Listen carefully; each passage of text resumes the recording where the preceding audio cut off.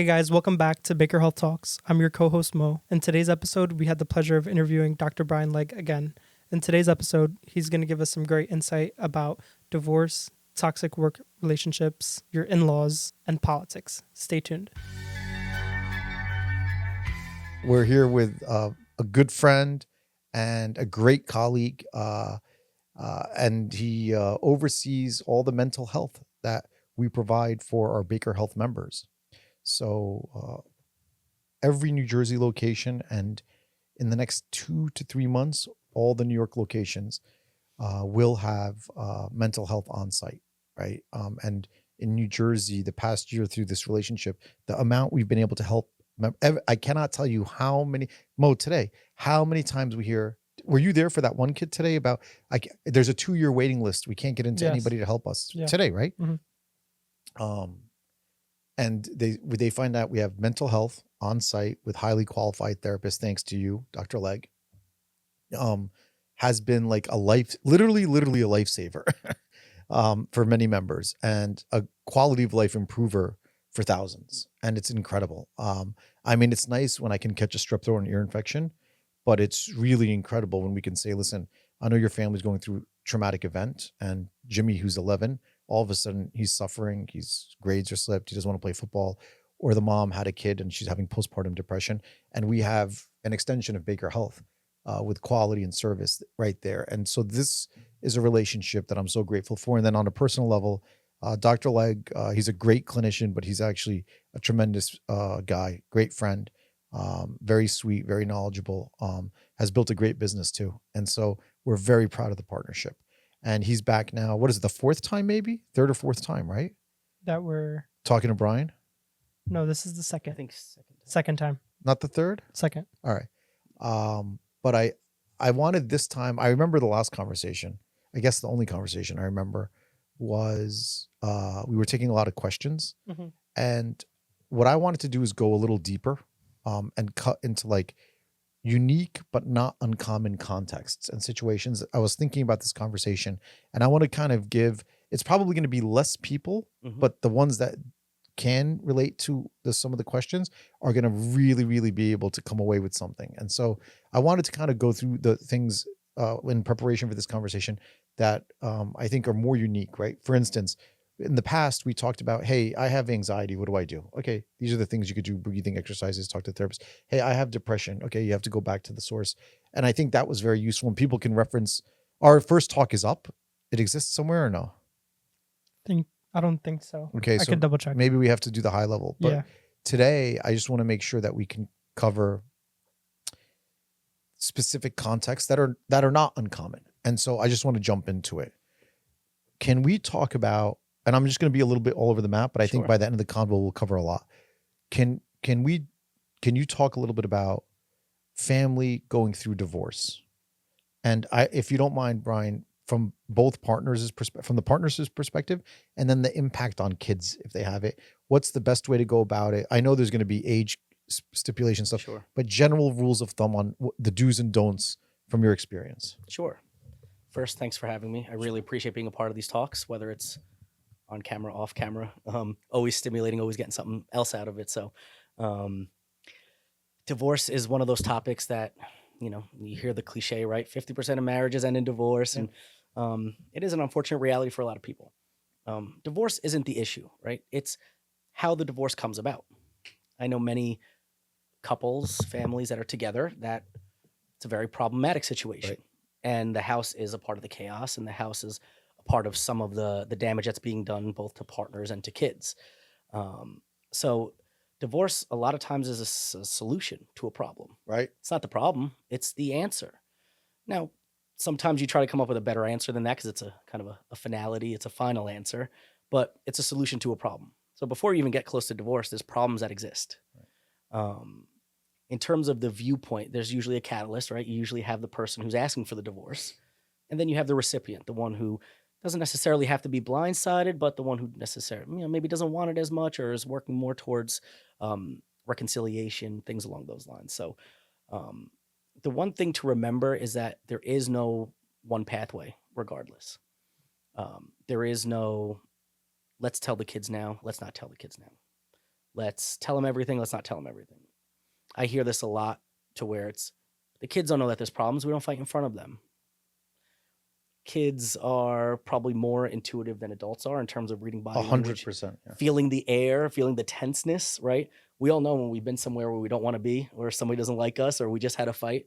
You can feel that. And as kids who maybe don't have the verbal ability as much, they actually are probably even more in tune to the body language aspect of it. Right. They're like, something's not right. Right. Even if they can't put words to it and ask like the effective questions, they know something's up. They know something's wrong. Mhm. Even if it's just how hard dad is cutting the steak, Yeah. right? Like Right. there's going to be something there that, especially if it's repetitive, they'll catch on to it.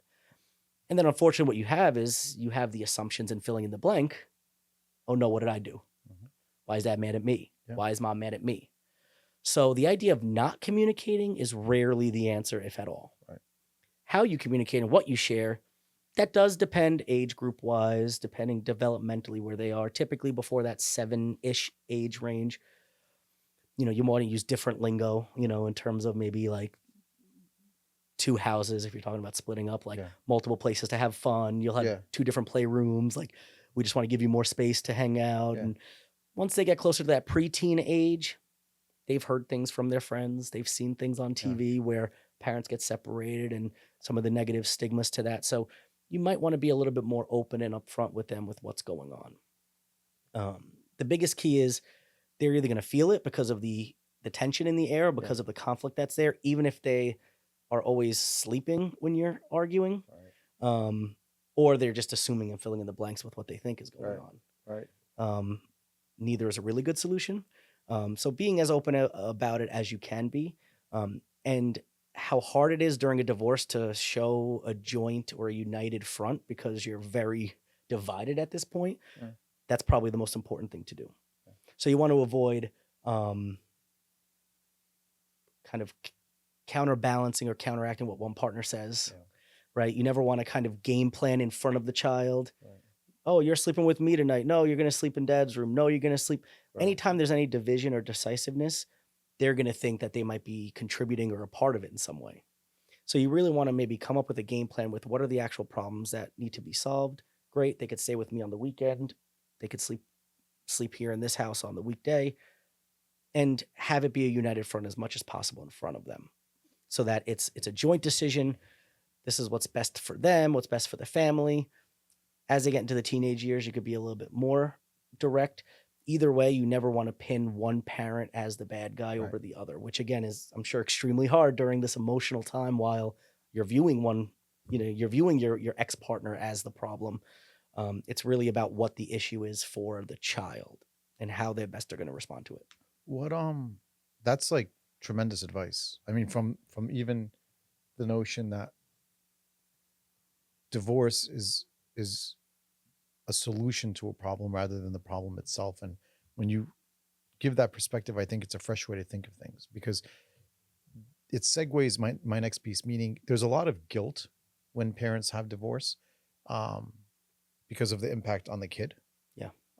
And can you now talk, I think that's a great piece of advice you gave on how to manage the kid, or kids, but about the man or woman or partner, right? Let's say, you have 2 partners that have been together for 10 years.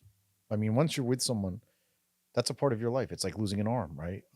Can you talk a little bit about now on the adult side, what are ways to kind of like avoid the downfalls of a breakup on either side? Like if you're the one kind of pushing for it or not. And sometimes both are pushing for it, but Sure. You're right. Usually in my experience, I'd say in my experience, it's rare that someone's completely blindsided. I've seen that. Usually it's been cooking and it happens, and one is more surprised than the other, but one is like driving 80% of it kind of thing. But can you talk a little bit about that? Sure. I mean, and it really depends what the circumstances are, right? I mean, if one person's being unfaithful, right, and secretly unfaithful, right, then sure, the one partner could know that, maybe things haven't been as connected or there's been some disagreements, but they didn't know that they were going outside of the marriage, right? So yeah, of course, blindside, right? Yeah. But in terms of just like a deteriorating relationship for a variety of different reasons, then yeah, they're not going to be surprised.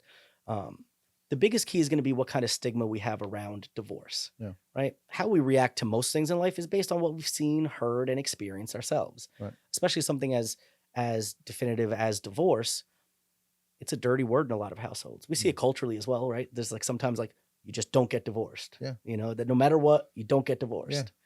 Yeah. And that kind of rigid mentality is almost rarely going to lead to a healthy kind of marriage, right? So it's the idea of what kind of preconceived ideas do you have? Nobody gets married with the intent on getting divorced. Right. Nobody says I do, and then I don't want to wait, and you know, when are we going to get divorced? When is this going to happen? Right? Everybody has the intent of sharing their life with somebody for eternity. Now that's not how it works out for some people, but it's going to be the non-preferred outcome in virtually all cases, because again, we don't get into marriage to get divorced. Right? It's like we don't go into a job to get fired. Right? Anytime we get fired, it's going to hurt us, even if we didn't like the job that much, even if we had one foot out and we were looking for another job. Doesn't mean it doesn't hurt, right? So it's the same thing with any negative outcome. There should be some negative feelings. So first, for the person, is evaluating what kind of stigmas and ideas and beliefs do you have on divorce. I know sometimes people will stay married because they don't want the divorce title or brand or name, and they're completely unhappy, and it's a completely unhealthy situation.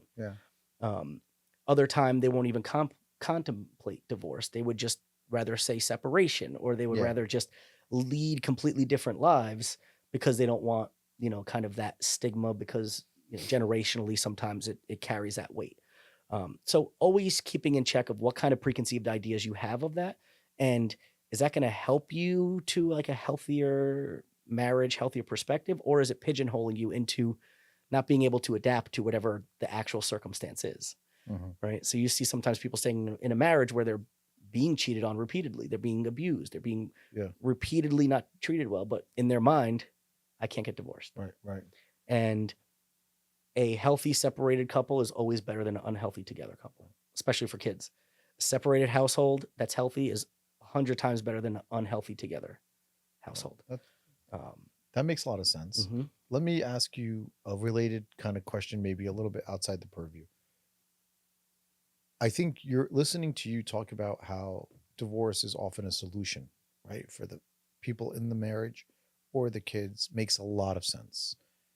But at the same time, do you feel that the divorce rates in the United States are way higher than they should be? And I want your perspective because you see the bad outcomes. And what I mean by that, Brian, is if I'm a young person who's contemplating getting married, or I'm someone in a marriage that's it's not broken and it's not thriving, or I'm someone who's giving advice to my 24-year-old or 27-year-old that's getting married.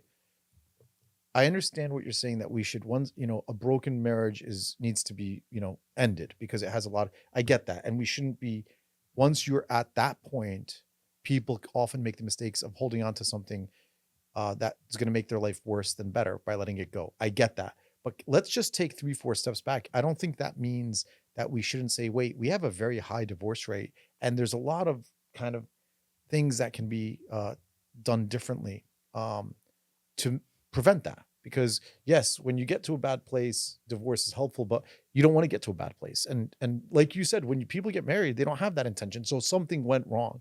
Right. So what in your like extensive experience on this, what's some of the advice you would give in one of those situations? Yeah, and that's a great point, because divorce is a solution, but it's like the end solution. There's no other solution besides that, right? So that's like the most extreme solution. Yeah. But there's a million other solutions in advance to that, right? So many times divorces, separations, unhealthy marriages could be avoided simply through a changing communication style. So many times it's two people saying the same thing, but in a different language. You have one person saying the same phrase in Japanese and the other person saying the same thing, but in Italian, and they have the same goals, they have the same intention, but they're just using a different way to express it, and they keep missing each other. And they think they're on different planets, when in reality, it's just a matter of a little tweak here and a little tweak there. And so often it's something that can be corrected. In the extreme cases, of course, I mean, in any situation you could heal, even with infidelity, even with, you know, mistrust, you could heal from that. So the idea of communicating and understanding what are you bringing to the table that you need to change for yourself. One of the things we do in couples therapy, the first thing is shine the light on themselves, right? So often in couples, it's you, Yeah. right? What did you do? What did you do? How come you didn't do this? Yeah. And there's value to what you need different from your partner, sure. But we know that's also the fuel for every argument that's ever existed in a relationship, right? The you. Yeah. But first we have to reflect on, what am I interpreting? What am I expecting? What am I fearing? What am I worrying about? The more you can reflect on yourself, and if both people are looking inwards, then there's going to be a healthier perspective towards the other person. So it's kind of like, and this goes to a phrase that I hear a lot in terms of like, oh, my partner completes me. My partner is like my missing piece. My partner makes me whole. That's not what you want. Yeah. You want your partner to add to your life, to add value, and to add promise, to where you're your whole person individually. Yeah. Your partner just makes it that much richer and better. Uh-huh. A broken individual is never going to get fixed by having somebody else try to fix it for them. So a lot of times we have individuals who are seeking maybe to fill that void, either through children or through marriage or through kind of some external means. Yeah. And they still have their own issues to deal with. They still have their own hesitations, their own self-esteem issues, their own anger issues, whatever it might be, that now get shielded because now you could blame somebody else, or now you could point the finger. Right. And so that's not just an advertisement that, everybody needs therapy, but essentially that's why I think everybody could benefit from it, because the more reflection you have of yourself, the more open you are to what that other person's giving you. So yeah, absolutely, divorce is not the key solution. It's like the most extreme solution. But before that, understand what could happen differently here. And if you have a third party, like a therapist or a mediator of some sort, to help you reflect and know they don't have skin in the game. It's not, your wife's sister or your brother who's, kind of biased towards one or the other, or a friend, or that really helps try to shine the light on both what you could be doing differently and what your partner could be doing differently, but without it turning into an argument and turning into kind of that toxic place, perhaps. Wow, that's great advice. So we did the family thing, and that's something I encounter every day. I want to go to another one. I take care. We have a lot of members that are like white collar folks that have companies, and they've been coming to us recently about taking care of their employees. It's a conversation we have, and it's funny. Maybe it's not funny. They're like, okay, yeah, I need someone where my employees could get whatever their flu shots, or if they're sick, or occupational medicine or something, and we like the service and so on, and we like the concierge aspect and accessibility, and almost always they're like, by the way, Z. But you know what? Like my HR department, it's like a lot of mental health stuff. And so let's say someone's listening and they're a business owner and they have 10, 20, 30, 40, 50, 60 employees, an accounting firm, in a law firm, in a healthcare firm, in a whatever, anything. A tutor. I have the last guy called me. He runs a tutoring company.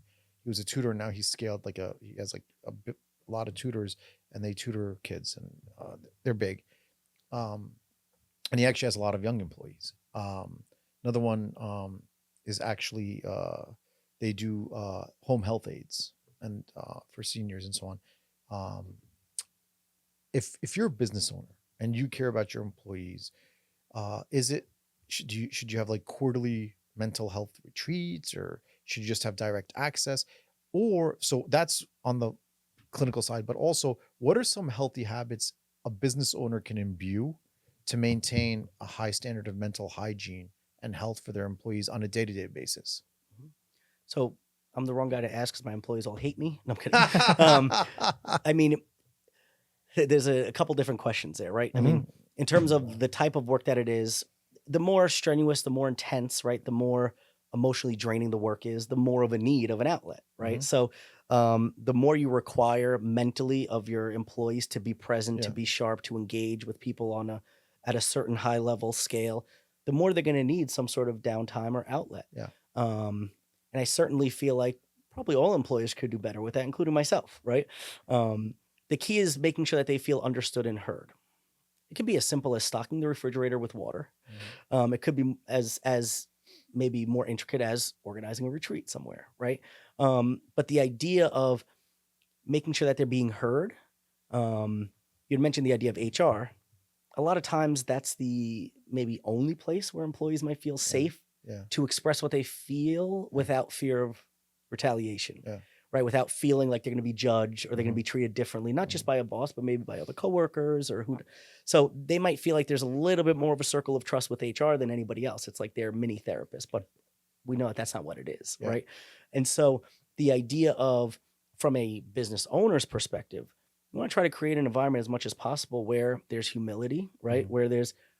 Where we're all in it together, right? And I know that sounds a little cliche, the kind of team aspect, Yeah. but being a business owner is not any more important than a receptionist, is not any more important than a clinician or than a janitor, or that there's some level of respect at a baseline for everyone, to where not one person's voice is heard more, not one person's voice is responded to quicker, or they CC'd so and so on this email, now it's going to get done because this person heard it. And the bigger the system, you might get into that hierarchical kind of Right. tendency. But if you notice, really most successful businesses are when the hierarchy kind of is on the same playing field as the general workplace. Yeah. And so the more you could instill that type of unity, to where upper management shows their humility and expresses what they're concerned with and what they struggle with, that's only going to foster that reciprocal nature from everybody who's working for you, because most of the times they want some place to share. Yeah. It doesn't mean you have to have necessarily a group therapy setting to do that, but if there's other coworkers that they get along with, or if they could speak out at a staff meeting and there's an open forum type of thing where everybody's heard and their ideas are all taken into account, all that's going to do is foster more and more trust, essentially, and cutting through toxic work environments immediately. Mm-hmm. This is one of my biggest pet peeves. I am anti-drama, Mm-hmm. for lack of a better term, high school he said, she said. Yeah. When that happens, we try to nip that right in the bud, because Yeah. nobody likes an environment where we feel like we have to tiptoe around somebody, Yeah. where we feel like we can't ask somebody a question because of how they respond. Yeah. So the second those things come up, my antennas flare up and try to get to the bottom of it. Not in a negative way, in an investigatory way, but just in a, hey, what's going on? Like, Yeah. I heard this. And, being open and transparent, Yeah. right? It's not just like a secretive, hey, are you okay? But it's like, this is what I heard. Let's mediate. Let's get together. Let's figure out what the issue is.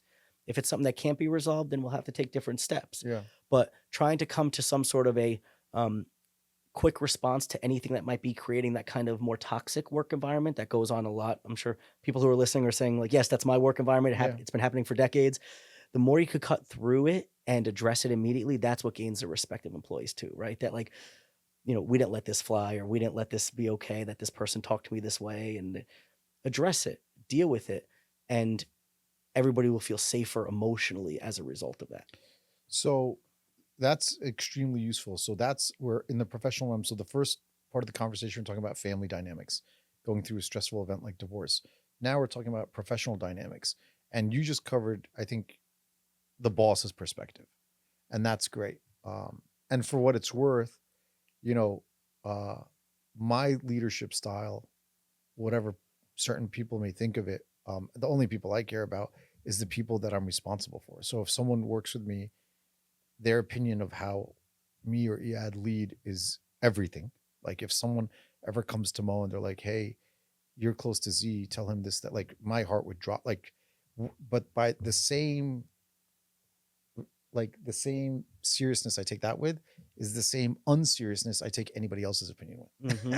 Because Sure. people from the out, it's funny how people from the outside have them, but I don't know. I got this gene where I really don't get like nothing. This, if someone I don't respect or care, or I'm not responsible for, says something, it couldn't mean less to me. But if someone that I respect or I'm responsible for or I care for has any opinion of me, it matters a lot. Like Sure. I'm very sensitive to that. Mhm. I think of it, and yeah, I think that's a strength, right?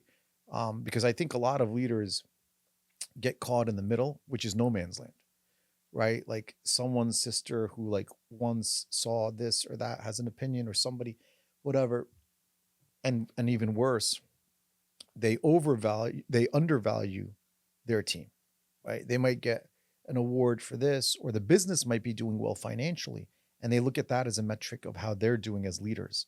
And of course, that's fool's gold, Right. because your business is only one thing, it's your people. And if the numbers look good and the people aren't good, it's all going to catch up, right? And so I think you did a great job of giving kind of the leader's perspective. But let's go into real life sometimes. Mhm.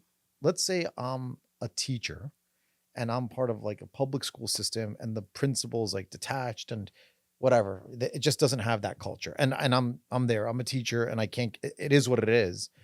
And I have like one or two people that I work with that I see every day, and I have just a crappy relationship with them, and they're toxic and they're difficult and whatever.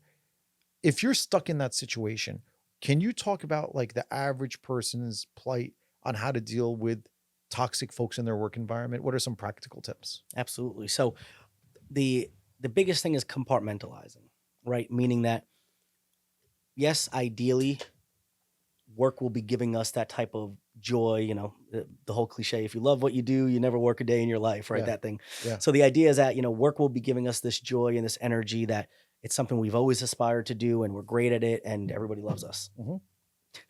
Not the reality for most people, if Mhm. not everyone, Mhm. right? And so the idea is if you've already gone through whatever kind of structural steps there are, and obviously as a teacher, there's unions and there's kind of, structures, a lot of times dead ends for sure. I have a lot of teacher friends who are pretty much in the exact situation Yeah. you talked about. It's about compartmentalizing what you're there for and what you're trying to get out of that day. If your goal for that day is to become friends with everybody that you work with, you're setting up your goals to fail because you already know there's 2 or 3 roadblocks to that Right. that are not going to happen. Right. And that's going to make it frustrating, sure, but you can reevaluate and reassess your goals, right? Meaning that if your goal that day is to focus your attention on the students as much as possible, Yeah. block out as much of the white noise as possible. And Okay. sometimes this happens just with our personal life as well, right? Not having it bleed over Yeah. from personal to professional. And that's what we're talking about, right? When we have conflict with people at work, it's essentially there being a personal slight, either directly or indirectly, Right. in a professional setting.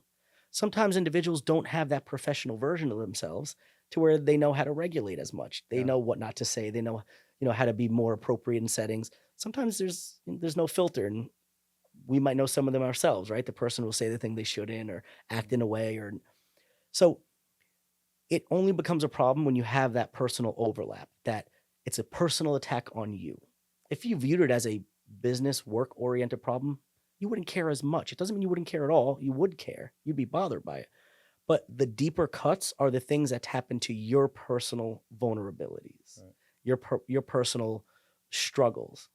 So, for example, you already have, if you already have like not a weakness, but if you're already sensitive about, And insecurity. yeah, thank you. If you already have an insecurity about how Yeah. you dress, Sure. Yeah.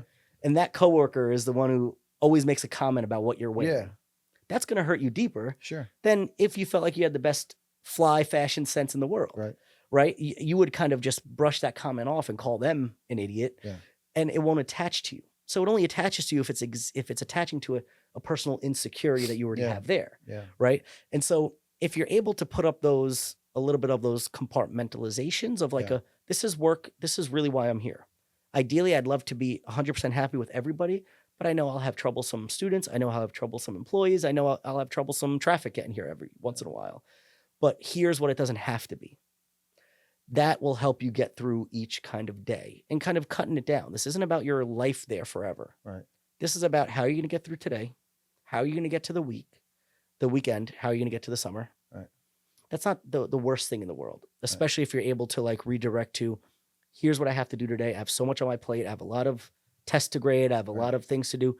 Let me focus my attention on that. Everything else is white noise, whether it's coming from, something environmental, like the air conditioning not working, or, another professor, another teacher that, has it out for you for some reason. Right. Right. So it's really that personalization piece that makes it feel like it cuts deeper Right. than just something you can kind of brush off. It's great. So we covered, the nuclear family dynamic. We covered the professional dynamic. I have 2 more kind of paradigms that I want to pick your brain on. And like I said, I want to pick a couple of topics and go deep the way you've been. The next one is politics. So one thing I'm seeing a lot of, I have families coming in, and we'll do the physical.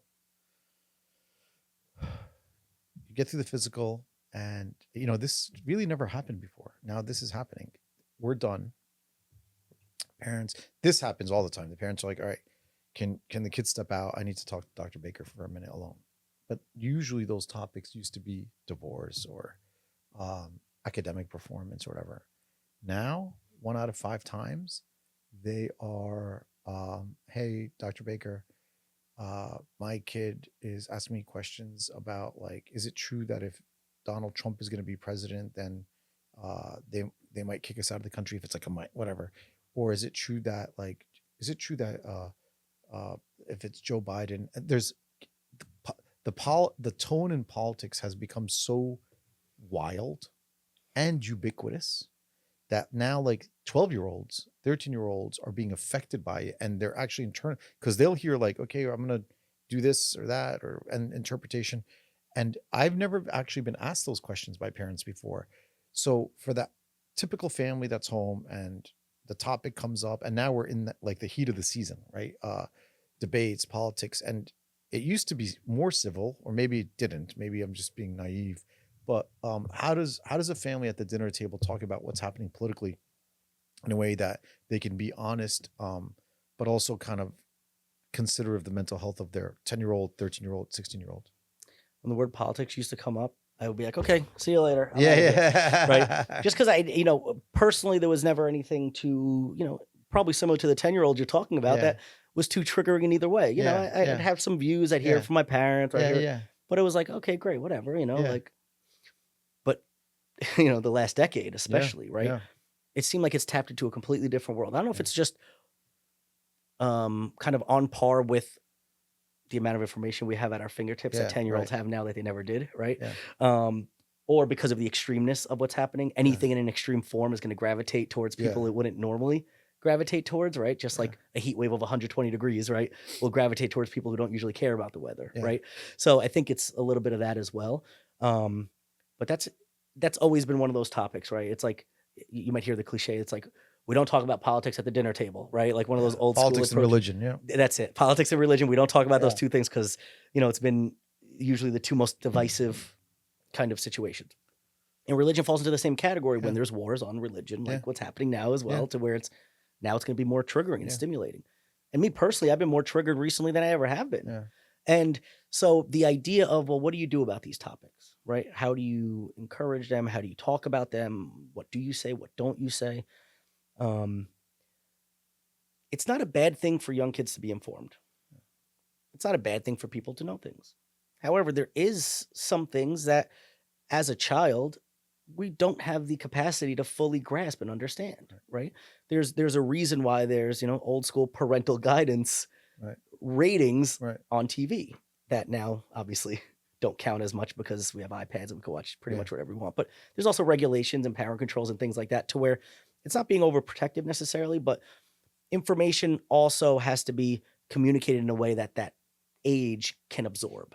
It's not just, here's the information, you got it. And you know this better than I, developmentally, every age absorbs information differently, right? The more abstract you get, as you get towards teenagers, you could understand the abstract. It's more concrete early on. So something as convoluted as politics, right? They're going to hear it every which way. So the best thing from a parental perspective is allowing them to express what they're feeling and ask questions. This is the same thing with like topics like sexual identity and gender identity and things that maybe once they get into a preteen, parents maybe, it used to be just the birds and the bees and sex, right? But now it's maybe seems a little bit more complicated with other pieces to it. It's the same idea really, right? Of like allowing them a place to share how they feel without berating them for being wrong, because number one, there is no right or wrong, right? It's just against what you believe or don't believe. Right. But they're also kids and they're developing their viewpoints, right? So anytime you shame or you don't admonish one particular view, then guess what? That's how they're going to develop to form their own views, to admonish others' views, right? Yeah. So you want to try to show as much of an acceptance for what they're feeling and what questions they have. Yeah. And knowing that they can come to you and trust you with that. That's the thing that kind of transfers in terms of like, I hear this a lot, which I'm sure you do too, and that's why maybe parents ask the kids not to be in the room. My kid doesn't want to talk to me about anything. Yeah. Right. They'll talk to their friends, and then I ask them how their day was, and they say, fine. Yep. It's because, I can't say fully, but part of it could be because of reactivity, because of knowing it's going to trigger you, as, there's going to be certain things teenagers say that your parents are like, what the heck are you talking about? But that there isn't just that baseline of trust that my parents going to hear me without judging me and tell me it's going to be okay. And then maybe guide me here and there. Yeah. Easier said than done. I know this is not reality for every single human being, but just that idea of with something specific like politics, if you view this as a time to shape your child's political views, you're going to find a lot more road bumps than not. Yeah. Because they're not supposed to be developing political views at 10 years old. Yeah. They could have certain ideologies of like, what one party might typically believe in and what another party might particularly believe in, but it's still going to be developing throughout their teenage years, even into their 20s, right? And so the more, if you do, for example, if you run a Republican or Democratic household and you want that tradition to carry on, there's nothing wrong with that. But it's also important not to be in the place of condemning anything that isn't your view. Yep. And I think that's the reason why these topics like religion, these topics like, it's not about what you feel. It's what you feel in the expense of what others feel that are opposite. Yeah. Right. And so you could have as many signs on your lawn that says go Trump. Yeah. It becomes a problem when you're bad mouthing the other party or, go Harris when you're bad mouthing the other. Yeah. That's when these topics become divisive and become hurtful. It's not who you're voting for. It's who you're anti. Yeah. Yeah. And so that's where it becomes the same thing with religion, right? I mean, that's the whole thing. Yeah. It's you could believe what you want. It only becomes a real problem when somebody tells you not to believe that and tries to get you to believe what they want when you infringe on their rights to believe what they want or vote for who they want. So as long as you're kind of sending that message, I don't think it's going to be a wrong thing. It's you either have an independent voting in your house in 8 years when they become 18 or a Republican or a Democrat. It only becomes a problematic if it gets to that extreme level where you're degrading or demeaning anybody who opposes your views. Yeah. I'm always in shock. Like, I couldn't agree with you more. I'm always in shock when parents, or even if it's not just your kid with your friends or whatever family, how people don't see that the surest way to get people to not want to think the way you want them to think is to tell them how to think. Yeah. Like, I don't know why most people are like, I want you to think this way, so I'm going to tell you to think this way. I'm instinctively, I think I'm pretty down the middle in most things until someone tells me what I need to do. Then I'm extremely antagonistic. I'm like, I don't know anything about this, but I know I don't like being told what to do or what to think. And so I'm going to go the other way. Well, even developmentally as a teenager, right? Yeah. I mean, even we more know so. that's You're even contrarian. more so, right? Yeah, The contrarian. defiant. Yeah. So like that just puts more fuel on the fire. And that's where it's like, you have to talk to me. You have to sit down at the table. You have to tell me what's going on. Yeah. Then you get more of the pushback and more of the, I'm going to do the opposite, For sure. even more extreme. And then For that's sure. where the conflict comes in. Yeah. Yeah. I just taking care of a lot of kids and just thinking of how kids are, which, by the way, we always talk about the developing brain and stuff, but it applies to adults. It applies to people. Like, one thing I've learned, at least my approach is like, I spend more time trying to instill values than views. Like, I don't see a benefit in I have 2 kids. I don't see a benefit in telling them what to think about something in any way. One, I actually don't want them to think the way I think. I really don't. I think the only thing I know is I've changed my mind every decade. And so the only thing I know about what I'm thinking now is I'm not going to think this in 10 years. So knowing that, why would I want my kids to think the way I think? And it's a journey, right? Skipping parts of the journey, like critical thinking or learning how to think and being given the answers for the test doesn't help your kids, so to speak. Right. Not to mention, as I said, we have the wrong answers to the test. The second thing is, what happens is you get these kids who grow up thinking the way they're told to think, and actually what they don't have is values. Like, I do think explaining to my kids the value and instilling the value of hard work is something that, like, when I'm dead, I'll be very proud that they have. Like, I know if my kids don't have a strong work ethic, Republican, Democrat, Independent, I'm not going to be proud of them, right? I know that if my kids have a strong work ethic, I'll be very proud of them, Republican, Democrat, or Independent. Right. I know that if they're taught to be very respectful, first of themselves, and secondly of everybody they deal with, that they respect everybody, regardless of whatever political view they have, I don't care. Who cares? And by the way, nobody else will care if they treat people with respect, and they have high dignity and high character. So I think instilling values is where we should, and I see a lot of families focusing on instilling views. Right. I think that's a mistake. And then I have one more topic I wanted to cover with you, because I think it's been incredible that we've gone deep on, we've done family, we've done the professional environment, we've done politics. The last one I want to talk to you about circles back to family, but this came, it's funny. I think it exists more than it comes up, because it came up like twice last week. And I like before that, I can't remember it last time it came up, but I'm like, I'm surprised this doesn't come up more. And I was talking to somebody, they're like, no, dude, this happens all the time. You just don't hear it. Is we talked about the nuclear family. Like if a divorce or a traumatic event happens, partners and the kids, in-laws. Okay. So, so Let me bring a Yad down here. yeah.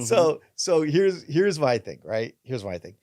I've been blessed. I have like the best look, I have like 100 in-laws. Like I have a big family. We have huge families that we're connected to, which is great. It's a godsend. And of course, like when you get like 50 around the Thanksgiving table, there's two, that like if it's just a quick, hey, how's your work doing, whatever, it's fine. And that's the extent of the conversation. I'm fine with that. Right. There's a couple of guys that when we're sitting with the turkey watching the Detroit Lions play the Cowboys for 4 hours, I'm like, Mo, can you come sit here so he doesn't sit here?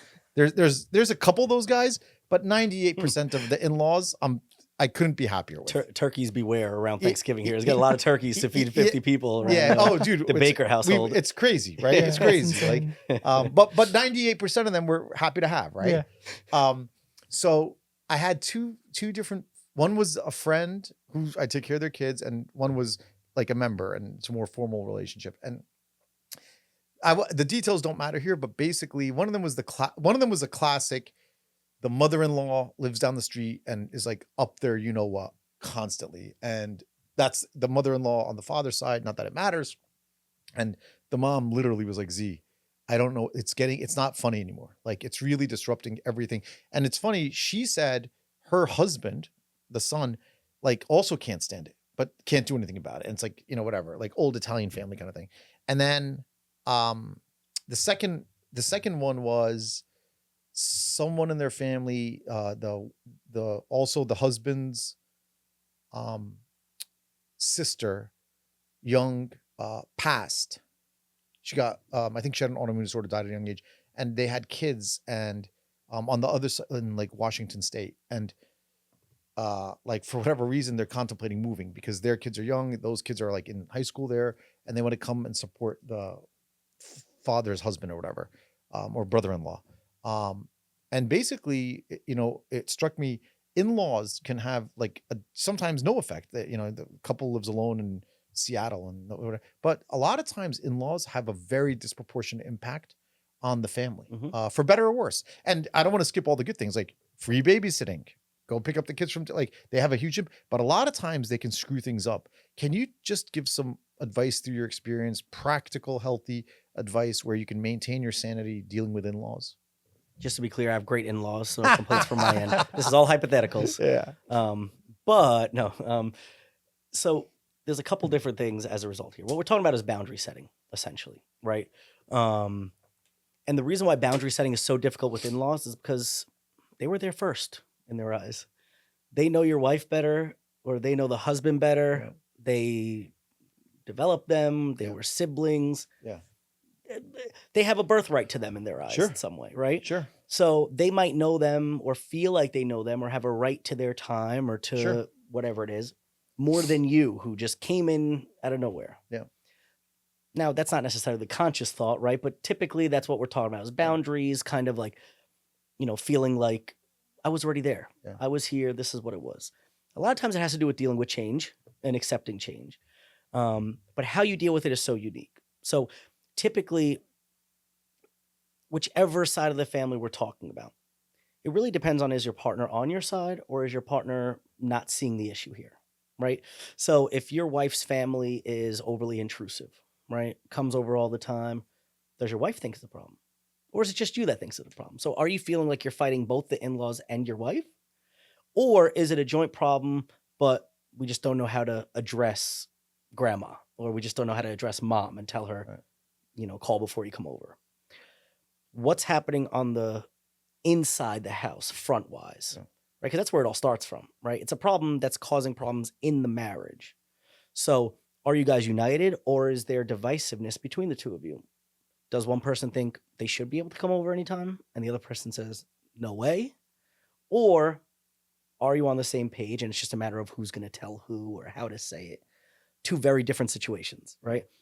If you both see a problem with it, pretty easy solution, right? Either you both accept what that extended family can and can't be, meaning they'll be the drunk uncle at the Thanksgiving party and just accept it for what it is. He's never going to change. No, that's the one I like. Right. Well, I was gonna say, yeah, true. I was gonna say switch his drink around to make sure that, or the non-drunk uncle that should be the drunk uncle. Yeah. So like, it's the idea of like, no, a lot more problems we solved at Thanksgiving is some of those guys actually had a drink. there we go. See, problem solved. Yeah. So spike their drinks and you'll be fine. So it's about, do we, if we're on a united front and we both say, yeah, it kind of sucks, but we're in it together, we'll get through it. It's only on holidays. Right. Sure. Right. Maybe not that big of a deal. Right. But if it's about arguments over, we have to go to my parents' house. Right. Your parents live too far away. I Right. don't want to go to your parents' house. Then it's about negotiating and coming to some sort of terms. Yeah. If it's deeper than that, like the example you gave, which is like maybe more intrusiveness, not just a holiday thing, then there needs to be some level of boundary setting. Yeah. Meaning that if one spouse is feeling like they cannot be a spouse to their partner because somebody else is intruding, or be a parent to, I hear this a lot, with grandparents overstepping and saying what you should be doing, I've done this before, you should. Yeah.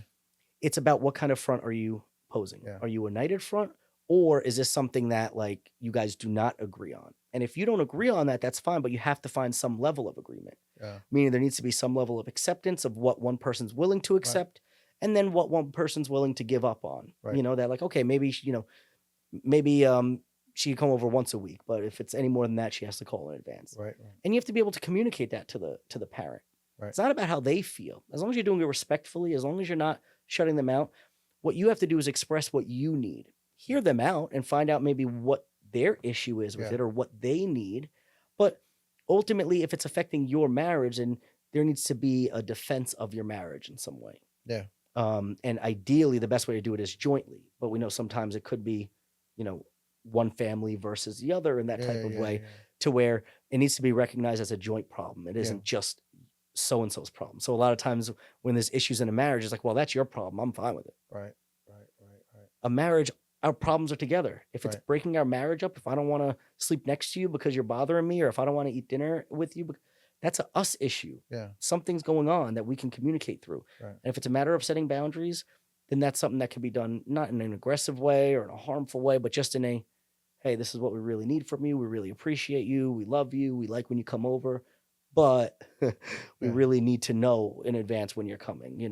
I know you're supportive, but a lot of times they operate with what happened to them, right? Especially generationally, right? So if they had an overbearing parent, or if they were in maybe a smaller village, you're talking about Italian. My family's from Italy, and they're all from small villages. Yeah. Actually, my cousin just came over last night to Nice. visit. But so like it's that kind of thing to where like there's some generational stuff there to where that's where they show love. That's how they show love, Sure. right? They bring lasagna to your doorstep every Friday night, even if you don't want to eat lasagna that night. Yeah. So it's a matter of, can we accept what they're doing?